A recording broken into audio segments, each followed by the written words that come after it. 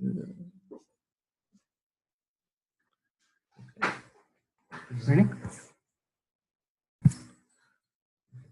Hare Krishna, everyone. Om Ajnanatimirandhasya Jnananjanashalakaya Chakshurunmilitam Yena Tasmai Shri Gurave Namaha Shri Chaitanya Manobhishtam Sthapitam Yena Bhutale Swayam Rupa Kada Mahyam Dadati Swapadantikam Vancha Kalpatarubhyascha Kripa Sindhubhya Evacha पतितानां पावनेभ्यो वैष्णवेभ्यो नमो नमः। जय श्री कृष्ण चैतन्य प्रभु नित्यानंद श्री अद्वैत गदाधर शिवासादि गौर भक्त वृंदा। हरे कृष्णा कृष्ण कृष्ण हरे हरे, हरे Ram Ram Ram Hare Hare.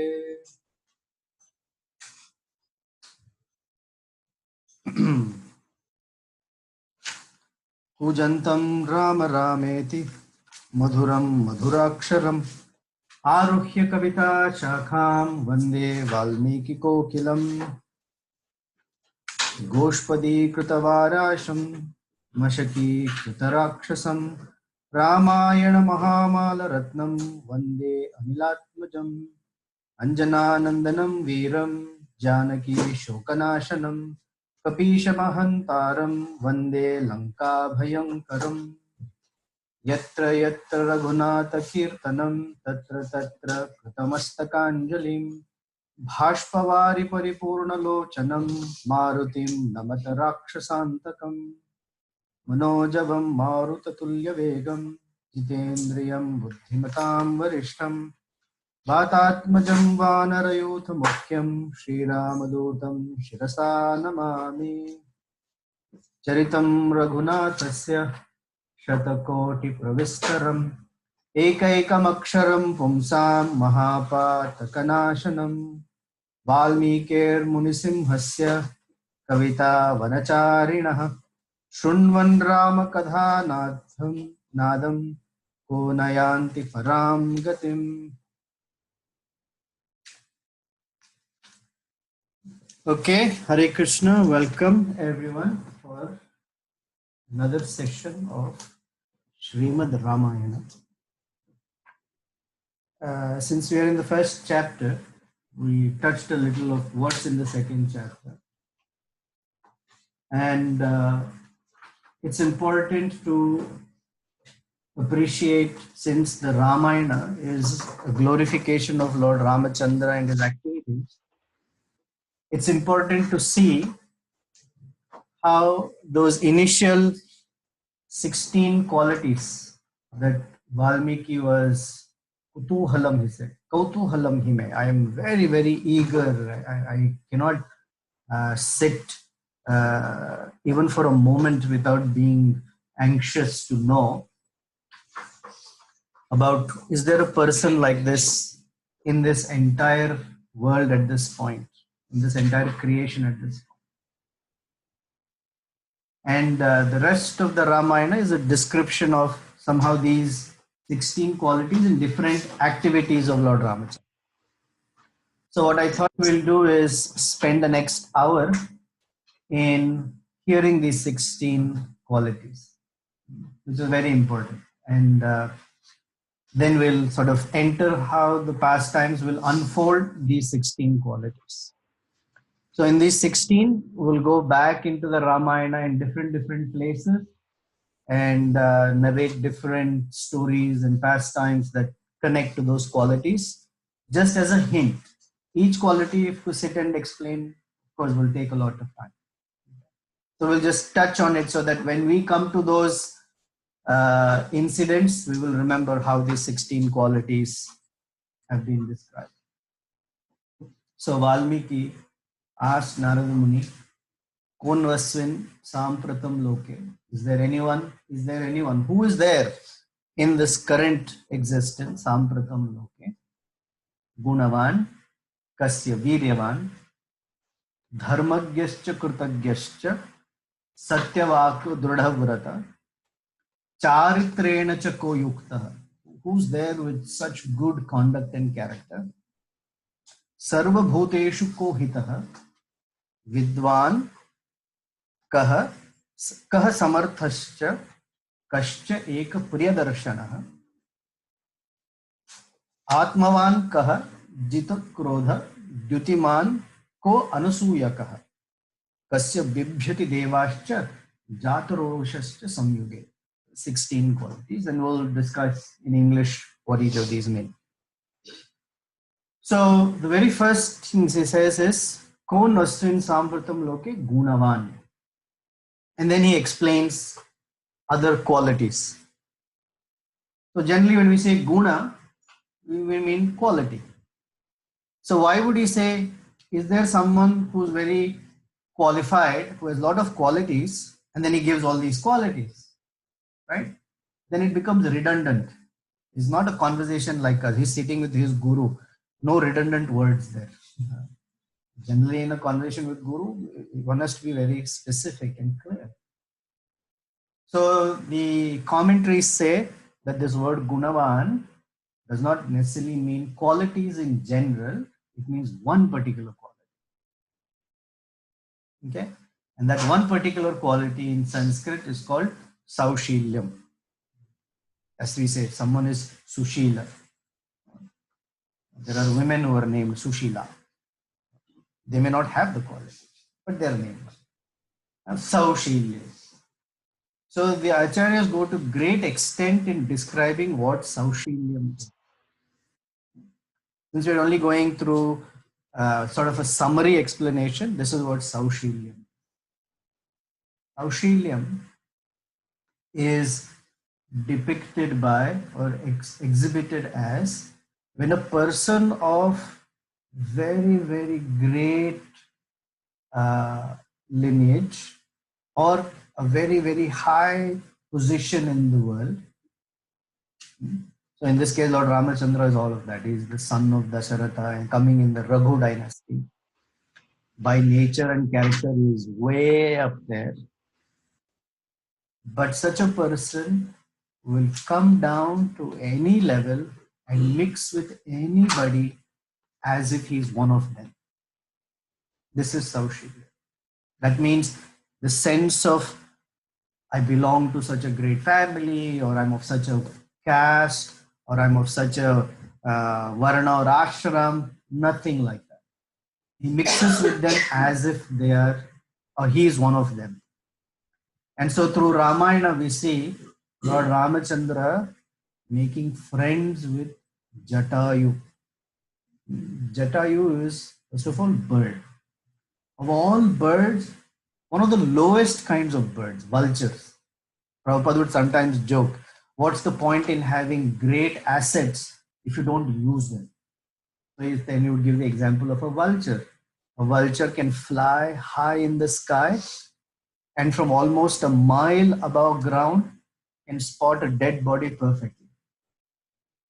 What's the use of such good eyesight if all you're looking for is corpses? Like that. So vultures are considered very low. Lord Ramachandra embraced Jatayu. Not only embraced Jatayu, did the Antim Sanskara, the final rites that he didn't do for Dasharatha, he did for Jatayu. In fact, there's the shloka. When we get there, we'll see. Lord Ramachandra says, more valuable than Lakshmana, more valuable than Sita, are you, Jatayu, for me? That's the kind of, so that is Saushilya. That's one, Jatayu, vulture. Another that he made friendship with is Sugriva, monkey. Monkeys are generally not credited with any good character because they are fidgety, they're restless, they just are driven by whatever is there in their mind at that moment. Monkey like.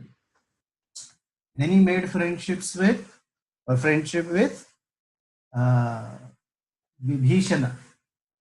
Now Vibhishana is not only animal, he's Rakshasa. Okay. So Nara, Vanara and Rakshasa.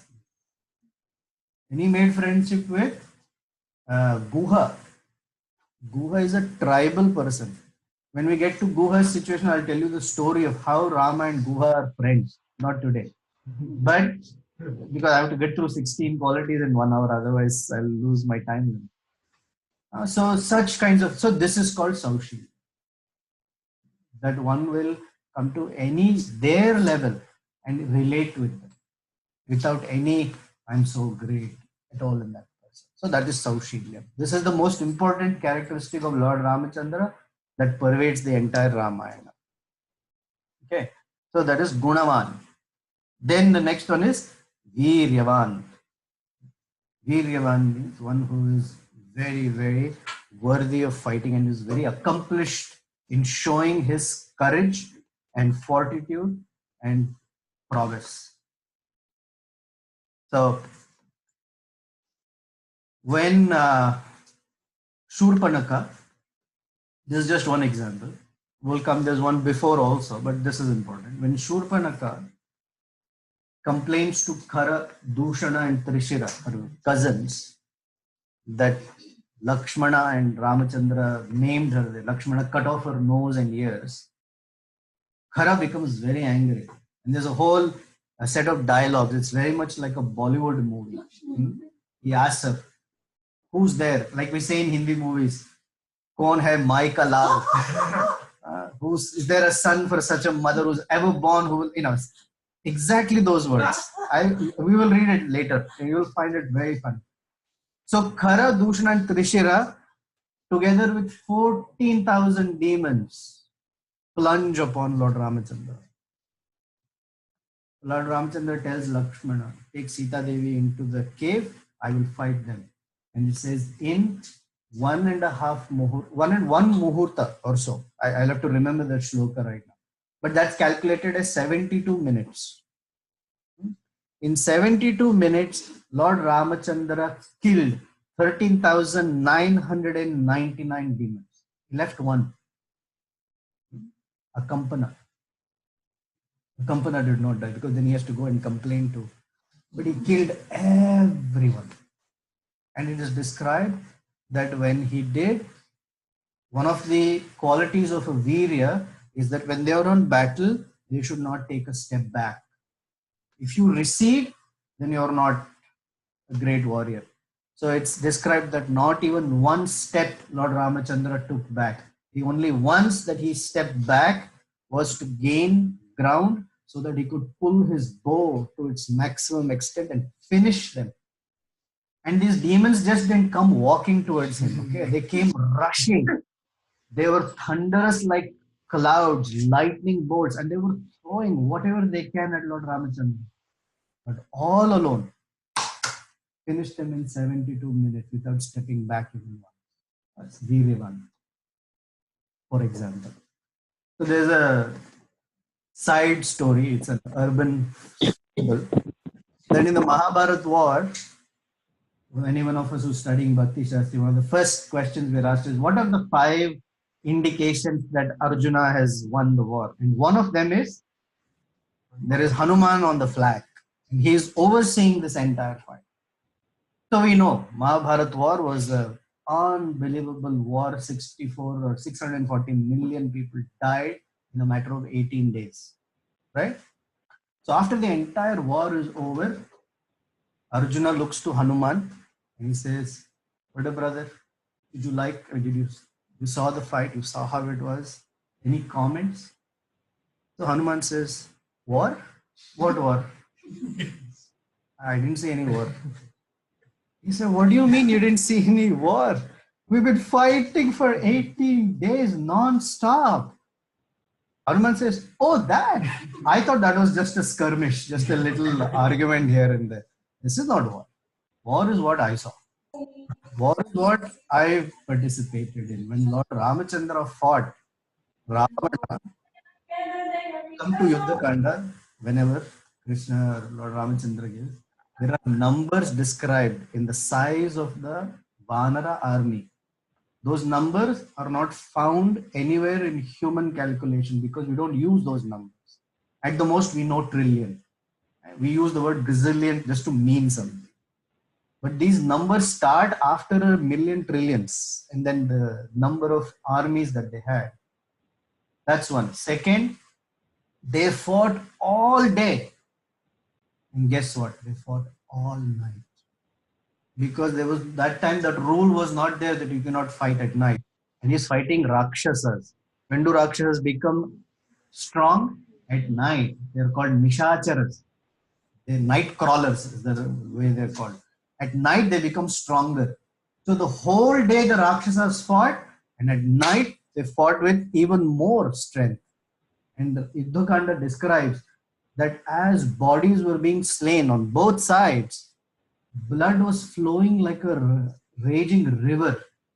And in that raging river of blood, there were arrows, bows, mountain peaks, trees, heads, arms, helmets, earrings, just flowing constantly. And they were fighting non-stop. Plus, the Rakshasas could not be seen. You're fighting someone you can't see, only here. You don't know where, what weapon will come from. So that is Vijayavan. That is a war. Hanuman told Arjuna, this is nothing. Then is Dharmagya. Dharmagya means one, generally we say Dharmagya is one who knows Dharma. That's true. But Dharmagya means one who knows Dharma in completeness. That in all crucial conditions. If we observe our situation, we also know a little Dharma by Prabhupada's grace. But whenever we talk to somebody for guidance, what do we say? I know I'm supposed to do this, but I know I'm supposed to do that also. How am I to resolve this conflict?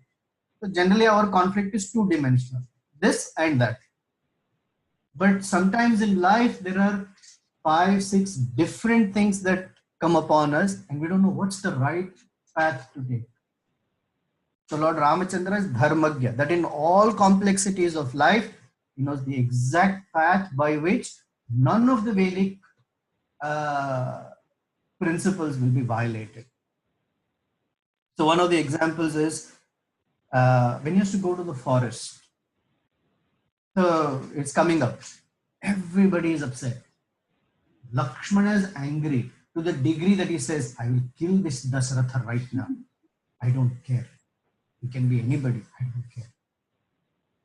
Kausalya says, I will also come to the forest with you. So in those situations, Lord Ramachandra explains how to follow Dharma. So he tells Kausalya, you cannot come because you cannot leave your husband like that and come. And she says, oh, but you don't have to go. I don't have to follow what he says. And he says, no, we all follow the king. King may be our father, our husband. We may think of that relationship, but actually is the king. Whatever the king says, everyone has to follow, including myself. So that's Dharmagya. Then also in killing of Vali, Vali challenges Lord Ramachandra. You killed me without even facing me. So actually Vali brings up 13 arguments why you should not have been killed. And Lord Ramachandra answers and defeats all 13 arguments with Vali. So many people say, oh, he killed Vali. But you should see what Vali says. And Vali says, you're right. You're 100% correct. I accept that whatever you've done in killing me, you've not violated any principle of Dharma. Is Dharmagya. Kritagya. Kritagya means one who is fully aware what someone has done for him or her, even if it's the slightest. So generally Kritagya and Kritagna. Gna means to destroy or to be forgetful of. Kritagna, that is an ungrateful person.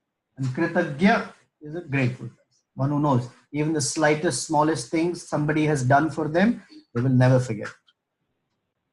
So there is a story that actually happened in Aranyakanda, but we never hear it in Valmiki Ramayana until Sundarakanda. So there's just one example of Lord Ramachandra being Kritagya. There are many others. So Hanuman has met Sita Devi and he has given her the ring. He has proven that he's actually Lord Ram's uh, messenger. And then now he's in a rush to go back to tell Lord Ramachandra that I have met Sita Devi. And he's about to jump away, then he remembers. What if Lord Ram says, how do I know you met Sita Devi? What's the proof that you met Sita Devi? So he asks her, can you please give me some proof? Just the way you asked me proof, I have to take proof back. So then Sita narrates an incident that happened in the forest. Once, when in a very nice setting in Chitrakuta, it was the afternoon time, and the river was flowing very sweetly, cascading very, very nicely. The trees were all beautiful and all. That's when Lord Ramachandra decides to take a nap on Sita Devi's lap. So while he's resting, Indra's son, in the form of a crow. So generally people say that Indra's son is his son Jayanta. This is not that Jayanta. This is another son. There's a other history. When we get there, I will give you the details of how Indra had a son as a crow. But anyway, this crow, he came upon there. Sita Devi describes that he was looking for some flesh. But then he saw Sita Devi and he became very attracted by her and flaps his wings, comes and pecks on her breasts. And she, who's very delicate, starts shivering. But she wants not to wake up Lord Ramachandra. So she tries her best. The crow continues to peck to the point that Sita Devi starts to bleed. And then he sees the blood and flies away. That blood trickles down and touches Lord Ramachandra. So he wakes up from his sleep. When he looks at Sita Devi, she's shivering and she's bleeding. When he looks sideways, up, and when he looks up, he sees this crow with his beak and claws stained in blood. Suddenly, Lord Ramachandra, in his anger, and we come to Jita Krodha also, but in his anger, picks up a blade of grass and invokes the Brahmastra on that and release it after the crow. That crow, like Durvasa Muni, flies. And this Brahmastra is pursuing. Actually, how long does it take for Lord Ramachandra to kill the crow? No. But it's described by Sita Devi that the crow was not killed. So the crow flies and goes to Indra. Indra says, I can help, but that is Lord Ramachandra's arrow. In India, they say Ramban. There is no stopping to Ramban. That is Lord Ramachandra's arrow, and it is infused with Brahmastra. I cannot help you. So he goes from Indra's Loka to Brahmaloka. Oh, Brahma says, I would have been able to help you, but sorry, can't help. Ramban. He goes to Lord Shiva. He goes here, there, the whole 3 worlds, and he comes back and falls at Lord Ramachandra's feet. Then he says, here's the word. Satam nipatitam bhumau. Nipatitam is to fall, bhumau, on the ground. Sharanyam sharanagatam. That my dear Lord Ramachandra, after going through the entire 3 worlds, there is no one who is worthy of taking shelter other than you. Vadarham api. Vadha arham. One who is deserved to be killed. Vadarham api kakutstha kripaya paryapalata. So the word used by Valmiki is kakutstha. The question is, he could have used the word Rama, Dasarathi, Raghunatha. Why kakutstha? So that word is the indicator of why Lord Ramachandra is considered very grateful. So many generations ago, in the Ikshvaku dynasty, there was a particular king who was so powerful that when the demons and demigods were, Devatas and Danavas were fighting, Indra invited him please come and fight for us. Very much like Khatwanga Maharaj. Please come and fight on our behalf. So this king was fighting the demons so amazingly that the demons were, checked seriously. So in the middle of the fight, one of the demons broke this king's chariot. So suddenly he was on the ground without a chariot.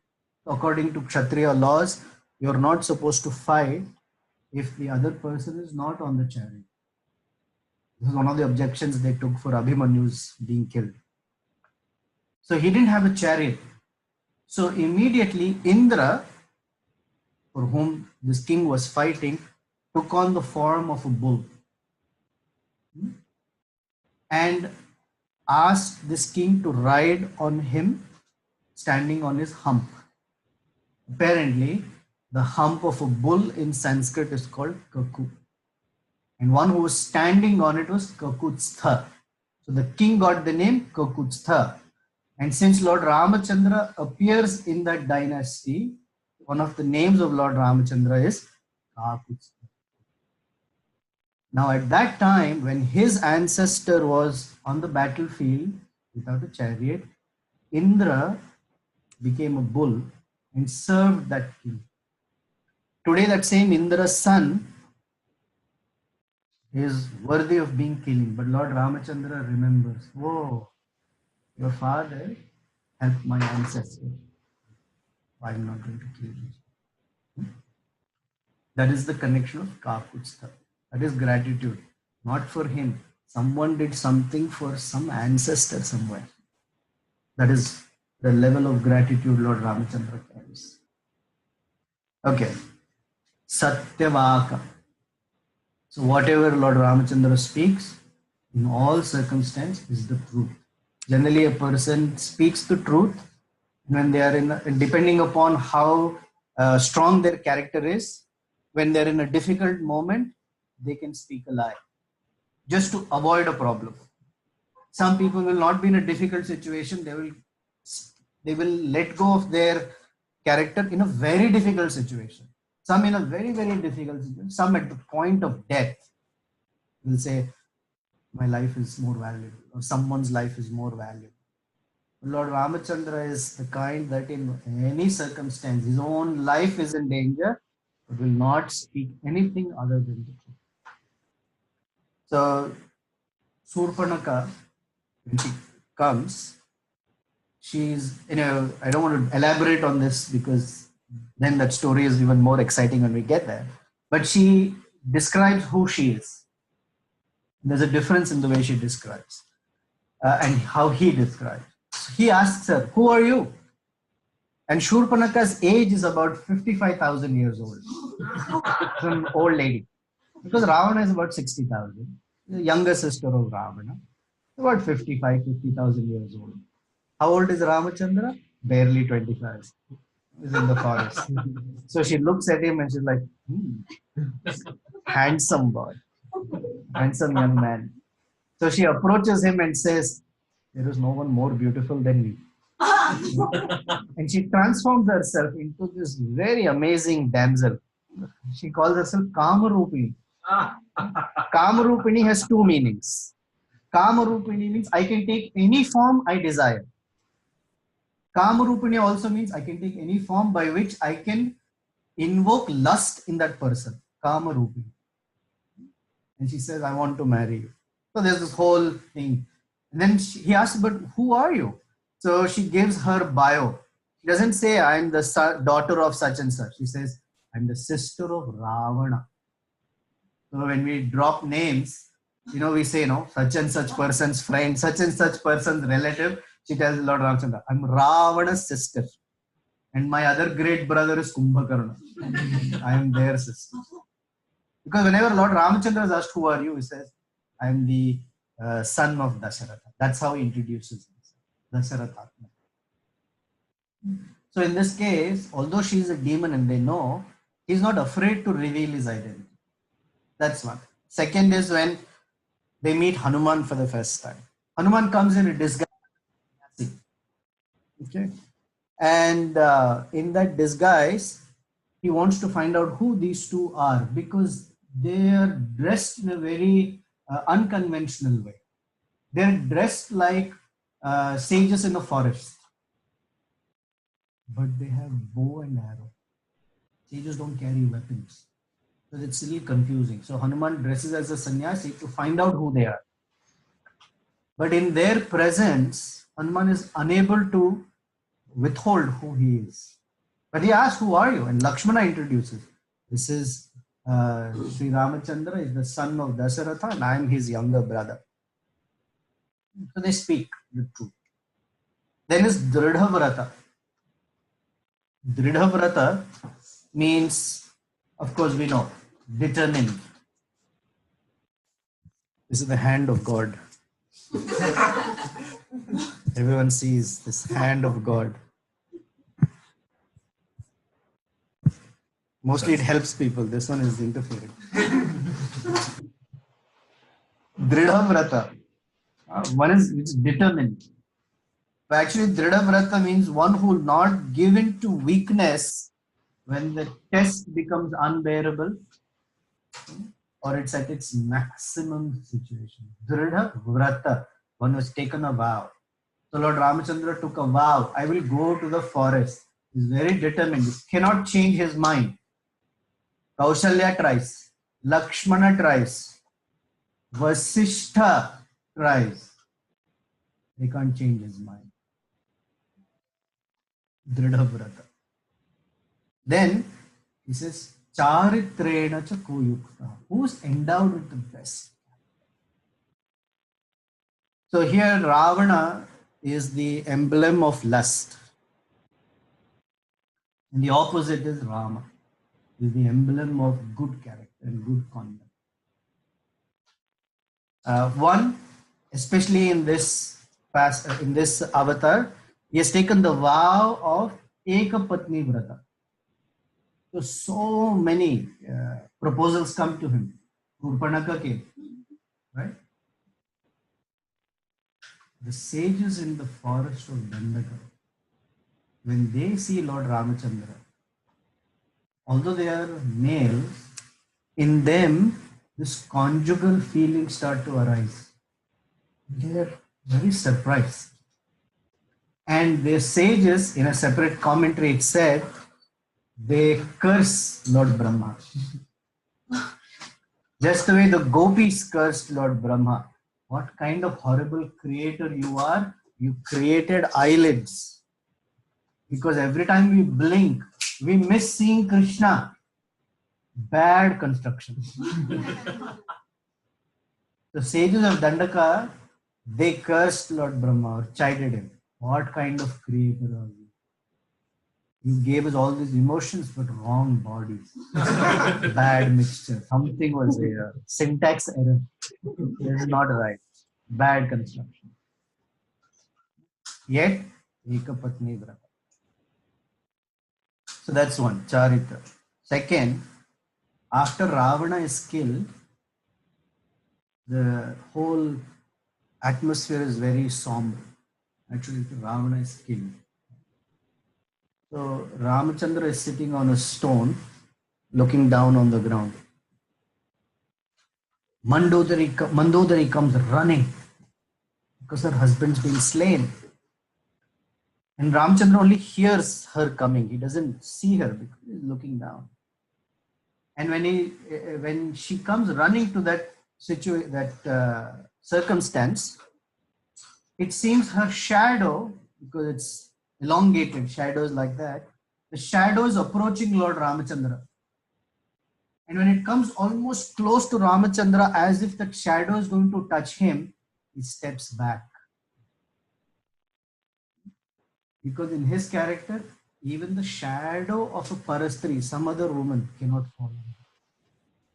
That is his sense of good conduct. Not even a shadow of some, because I have Sita and that is enough. In fact, more than enough. Charitrena koyukta. Then sarva bhuteshu hitaha. In the entire Ramayana, you will see that Lord Ramachandra only moves here and there just to benefit others. Naranyakanda, he will meet Sutikshana, he will meet Sharabhanga.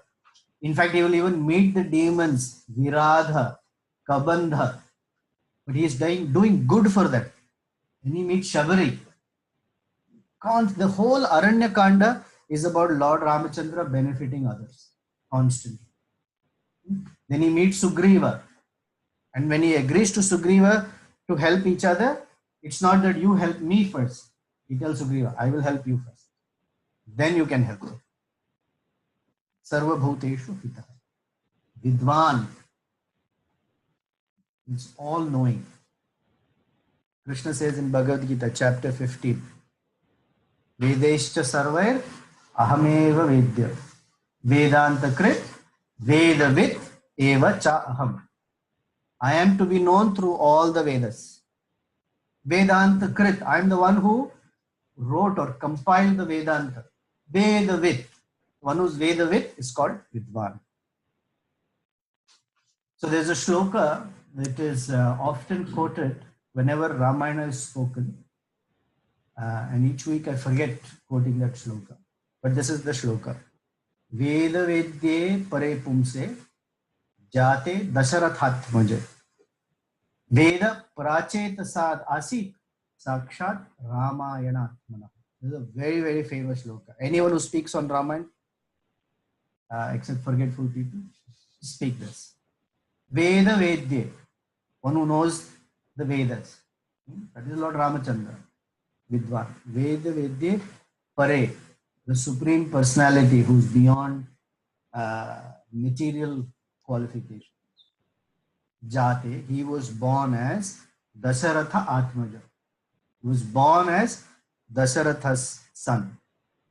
So when he descended from the spiritual world, all the Vedas thought, if he is going, what are we going to do here? We have no business because we're always with him. Vedaha prachetasad asit. They appeared through Valmiki as Sakshat Ramayana Atmana. So the Atma of Ramayana is the Vedas or are the Vedas, or the Atma of the Vedas is Ramayana. Vidwan means that in all circumstances he knows. He is also cognizant of everything at all times. Although he says, Atmanam Manyusham, I am just a human being. Vedavid. Then there is Samartha. Samartha means capable. One who's capable. Lord Ramachandra is capable in all sorts of activities, whatever needs to be done. So the example again is 13,999 demons gone like that. He built a bridge over the ocean, never heard of before this. And he's built it as a human being. And he defied the laws of physics by floating the stones. After that, Bollywood heroes also define laws of physics. They beat people up, people twirl, fly, even the guy will backflip to the second floor. All is bad CGI, right? Bad CGI. Lord Ramachandra built a bridge on the ocean. And that bridge, anyone who constructs a bridge, you should know, the bridge should bear the weight of what's going to cross through. And when you hear the number of monkeys that were crossing through, you can imagine how these stones must be able to bear. The number will come to. I'll show you later. And just the thing is, when Ravana comes up to his tower and he looks at the monkey army, he turns this way all the way to as much as heads can turn. He has 10 heads, so they can see far more than 20/20 vision. All he saw was a sea of monkeys waiting to fight. And then he said, let's charge because we will kill them. And they all crossed from Rameshwaram into Lanka. Samartha. Okay. Then is Eka Priyadarshana. Kasyeka Priyadarshana. Generally we discussed this last time. Priyadarshana means very charming to look at. That's one meaning. Valmiki says, Eka Priyadarshana, singularly charming, not just commonly handsome, but so exclusively handsome. And so here's the explanation. When he came to Dandakaranya, he was carrying his bow, in his hands were arrow. That's how Lord Ramachandra generally stands. With one, like Krishna is also Tribhanga, Ramachandra is also called Tribhanga, with one hip raised, knee bent, and this way, holding the bow and arrows. When the sages of Dandaka came rushing to meet him, each person saw a different body part of Lord Ramachandra. They were coming in a rush to gaze at him. And when they saw each body part, it said that they were stuck at that body part with so much happiness and relishing that their eyes could not move to another body part. They didn't find the need for saying, his toes are beautiful, or even the big toe is beautiful. Can I see the rest of the feet? What about this? What about the knees? Wow, the thighs, the hips, the chest. This. No. They were so captivated by that one body part. Someone saw the index finger, someone saw the pinky with which he was holding the arrow or whatever is in hand. Someone saw his eye, his forehead, his eyebrow. Someone saw his toe. That's it. They were stunned. They did not move to see any other body. That's how handsome Lord Ramachandra is.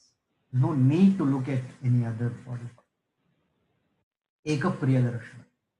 Another meaning of the word Priyadarshana is that whoever he looks at, he looks with a lot of love, and there's no anger, or there's no, any sense of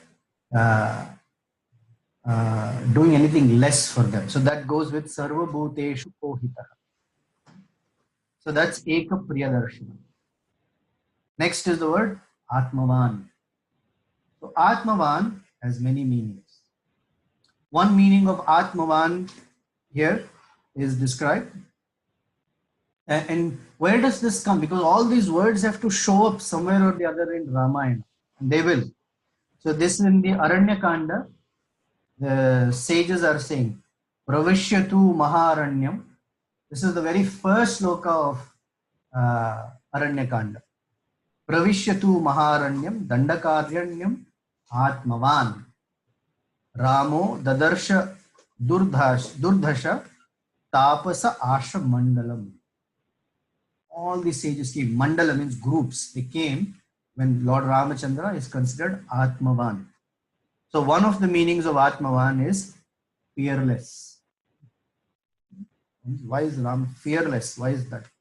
Because Lord Ramachandra enters Dandaka forest with one objective.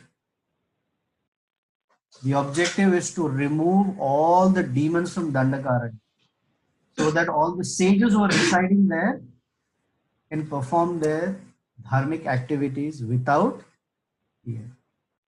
That is Atmavan. So he's called Sajjana Rakshana. That's his activity. Another meaning of the word Atmavan is fixed in the absolute truth. This is the word that appears in Bhagavatam again and again. Atmavan, even in Prahlad Maharaj's times, in the 5th canto.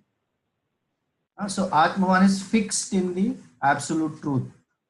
So when one is fixed in absolute truth, it is said that one can tide over any unsurmountable condition. Right? Because what's the definition of fear in Bhagavatam? Bhayam dvitiya abhivineshataha syat. Abhivinesh means becoming enamored by. Dvitiya means something other than Krishna, something other than the absolute truth. So unless one is fixed on the platform of the soul, in all circumstances, one should know that there is room for fear. One who's fixed in the platform of the self or on the platform of the self is never fearful. That's why Krishna in 16th chapter says, Abhayam Sattva, Shuddhim. One who is cleansed is always Abhaya. Because there's nothing to lose. No one can take away the soul, right? Okay, Jita Krodha. One who has conquered anger. Okay. Generally, we know from Bhagavad Gita that anger comes from unfulfilled expectations. So, Jita Krodha means Lord Ramachandra has no false or no expectations at all from anyone. Even when he is waiting after 4 months that Sugriva has not fulfilled his promise, Lakshmana is very angry. But Ramchandra is saying, let's be patient and see, maybe he will come. Lakshmana says, no, enough is enough. And it's described that he walks to meet Sugriva like a hissing serpent. So then one may think that Jita Krodha, one who has conquered anger, should never get angry. This is the wrong understanding. Jita Krodha means one who knows how to control their anger, but his anger is expressed when someone very dear to him is hurt. So when the crow named Sita Devi, or when Vali took away threw Sugriva out, when Ravana kidnapped Sita Devi, someone can say, Jita Krodha took away your wife. Why are you so angry at Ravana?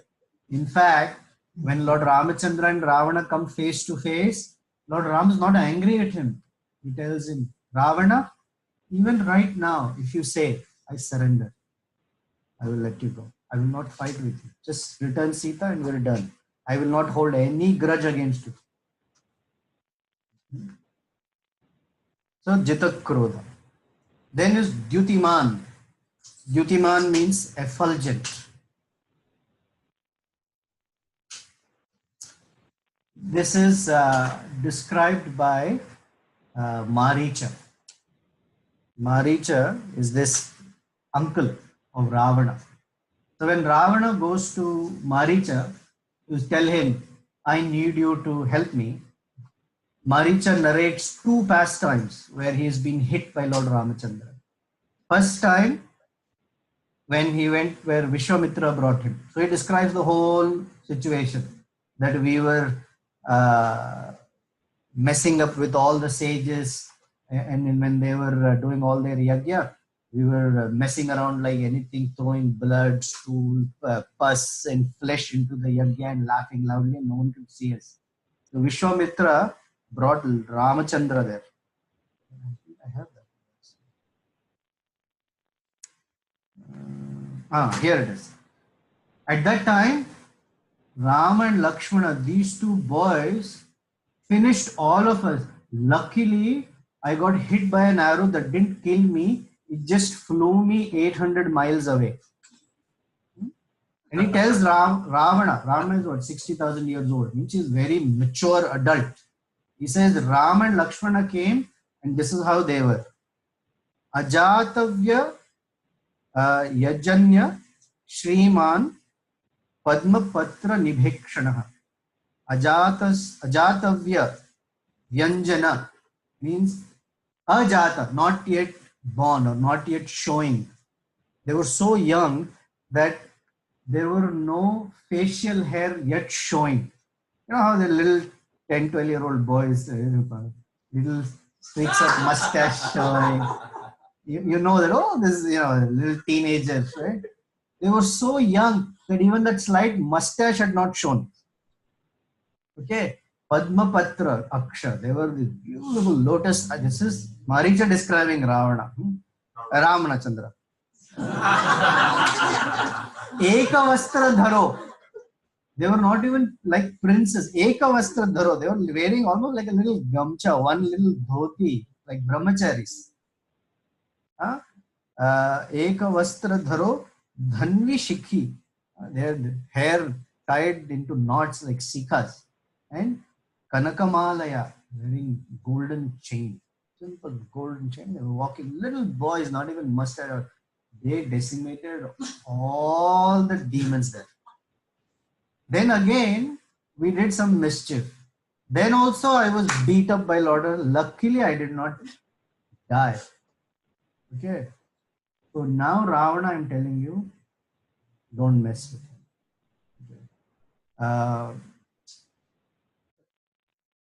Yeah, there is somewhere here, Dyutiman, I'm forgetting where it is. Anyway, so he says, Lord Ramachandra appeared in the forest at night times and illuminated the whole forest just as a young moon had just risen from the ocean. That's why moon is called Urupa, because it rises from the ocean. That's how effulgent he is. And what better compliment to get from an enemy? Friends will always flatter. Enemies, when they flatter or glorify, that means there is something worthwhile. Then is Anusuyaka. Generally, we say, Krishna says to Arjuna many times, Anusuyave, Anusuyave. Anusuyaka is one who has no envy towards anybody. Ramchandra is not envious. He didn't want the kingdom. He walked away from it. And at a moment, he didn't even have an argument. He didn't even say, can you explain why you changed your mind, King Dasaratha? He just said, oh, I have to go to farm.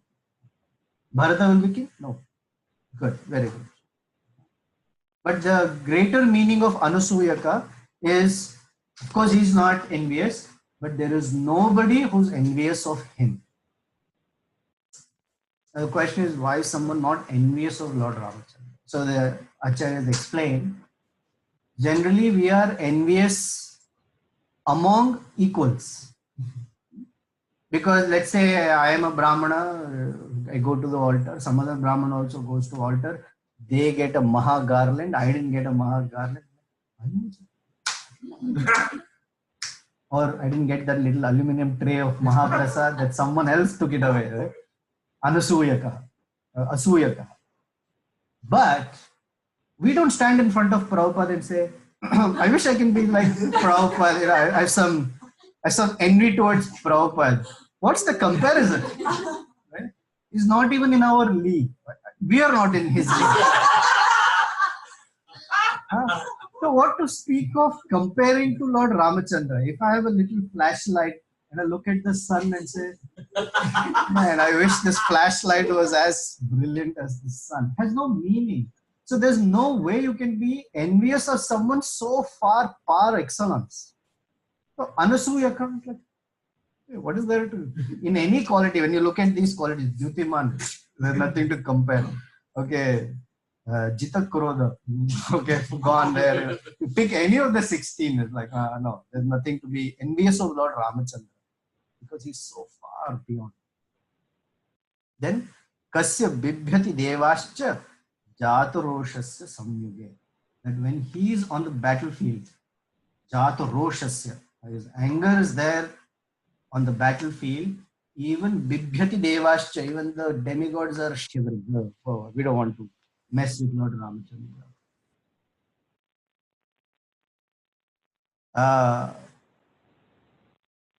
So here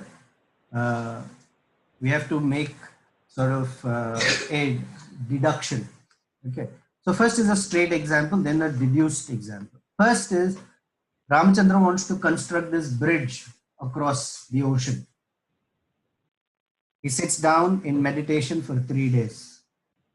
Remember, if you want to achieve anything, one of the commentaries of Ramayana says, if you want to achieve something, if you want to tide over a difficult circumstance, or if you want to know something, the only solution is tapasya.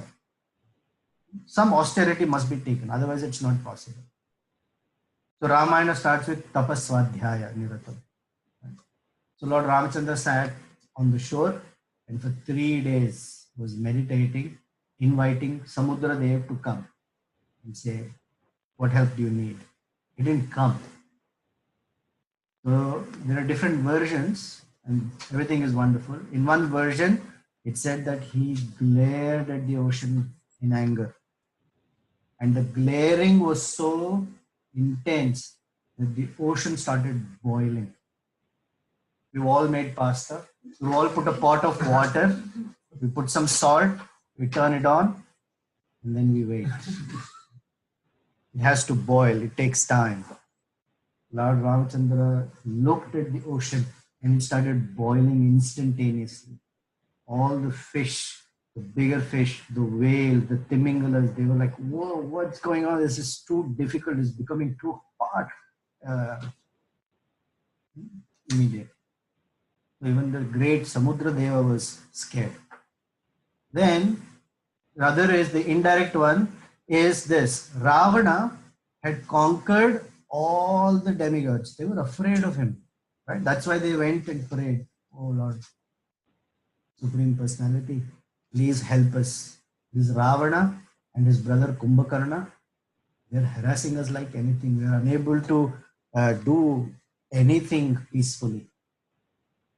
So Ravana is that undisputed 10-headed, 20-armed fellow.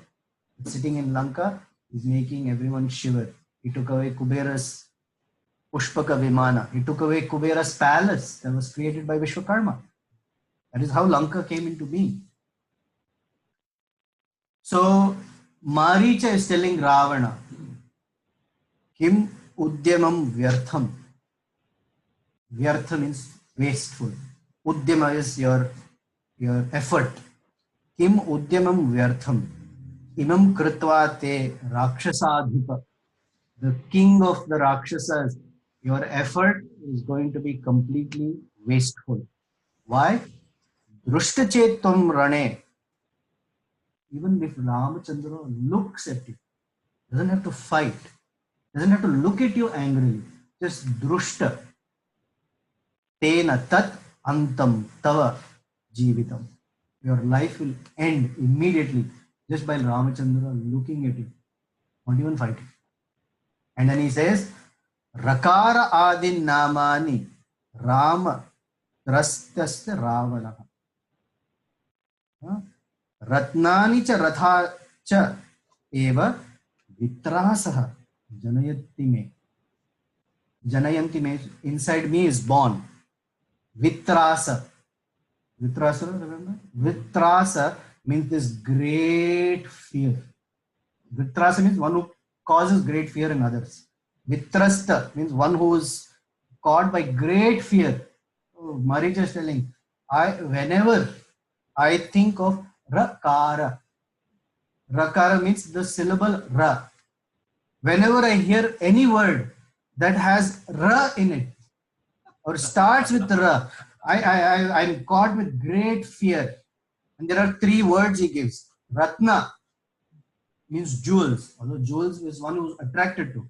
Ratna is a Ratha is a chariot because one becomes powerful by it. He says Ratnani cha Ratha. And then third word, even your name is scaring to me, not because it's your name, because it starts with Ra. And that's Ram. I don't want to please fight with it. So please remember, this person you are messing with, I don't think it's a good idea. Don't. But these are the 16 qualities that Valmiki wants to know. Is there a person like this? And that is why Narada Muni gave him to recited the Sankshipta Ramayana and told him, now you write. So imagine the ecstasy Valmiki will have as he is writing, and all of his all the instructions that his guru gave are going to manifest one after the other as he's writing Ramayana. And he's, wow, yes, this is true. That quality is there. They're all there together as well. And okay, we're out of time. Any questions? We'll take about 3 minutes. Any questions? Otherwise, we'll meet next time. Yes. Question here. I noticed that in the next verse, Valmiki is addressing Narada with the same, one of the same qualities, Samartha. Samarthasyosi. Yes. You are capable. Does that have significance? Yeah. In this case, Samarthya is not the same quality as Lord Ramachandra's Samartha. But definitely whatever quality the Supreme has, his pure devotees are endowed with. And in this case, he's saying Samartha in the sense that you are capable of dispelling my anxiety. That is the samartha. So, in general, it is said that the guru can do what the demigods cannot do. The demigods can pour rain on the universe, they can uh, shower lightning, they can illuminate the whole universe with light, but they cannot dispel the darkness of ignorance. Remember the two meanings of the word Narada. One is Nara, or Nara is the darkness that accompanies the conditioned soul very much. So one who removes that, only the guru is capable. So Samartha in this case is that you are capable of dispelling this from mind. Of course, Narada is capable in all sorts of ways, but specifically in this, that's what I mean. Second question. The dharma. Do I have to repeat the question or is it going to catch? Okay. Dharmagya. Dharmagya.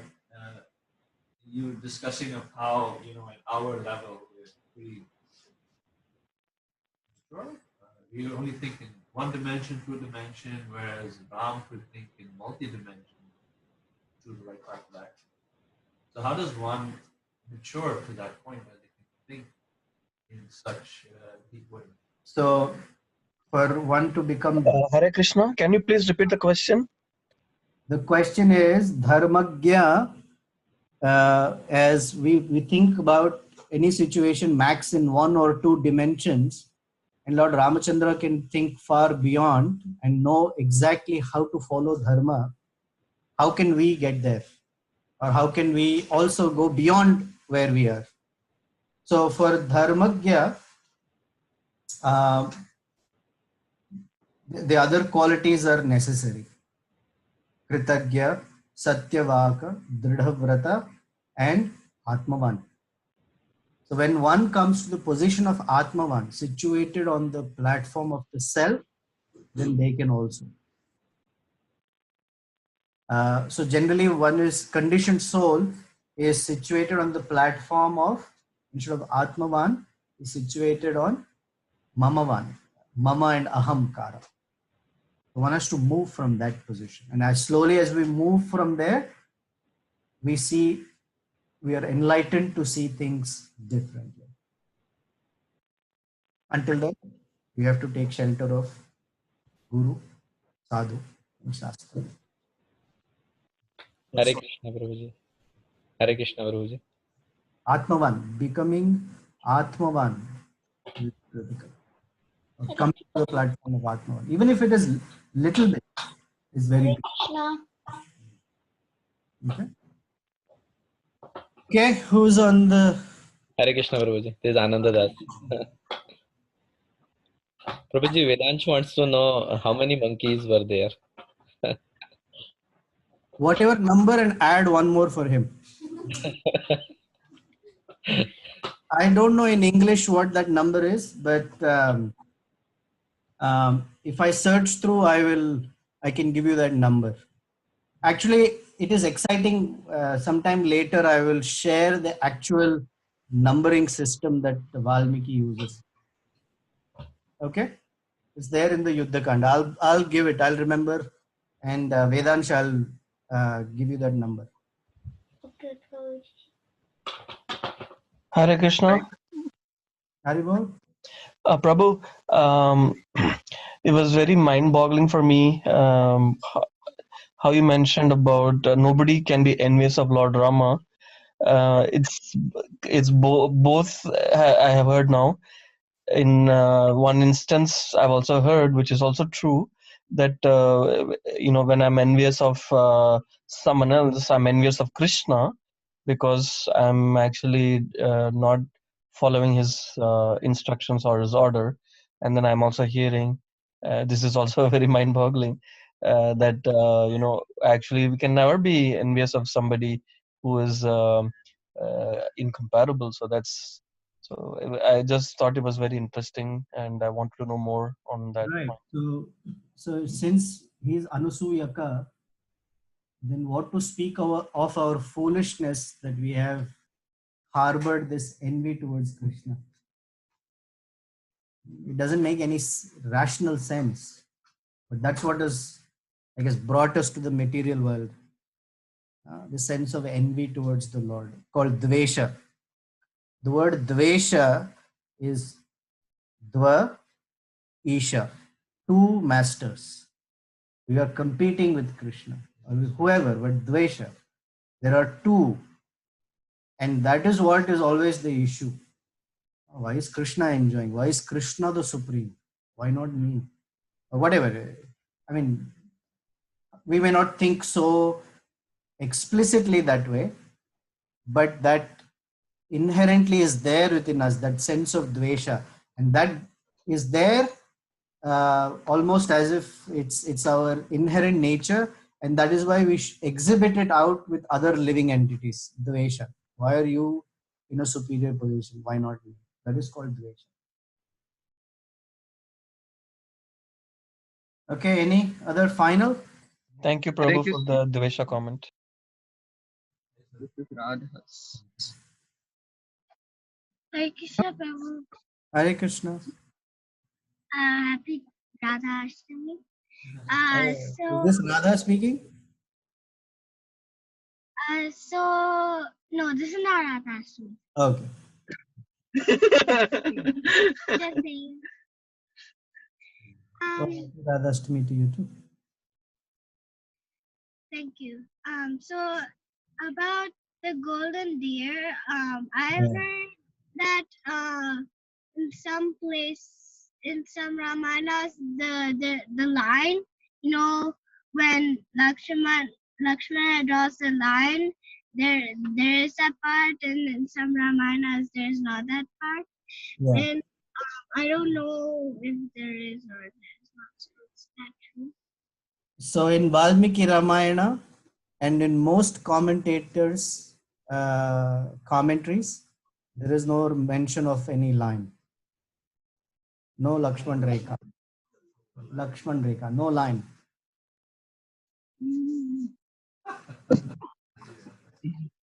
Okay, done? You said something? I just wanted to Oh, there's a comment. I'm really happy that you went back in quality to discuss, because we reached second chapter here last time. Now we went back to discuss the 16 qualities, each of the pastimes that represent or exhibit these qualities. It's fantastic. It's amazing. And I said the reason we went to second chapter is to sort of give the storyline. Then we came back.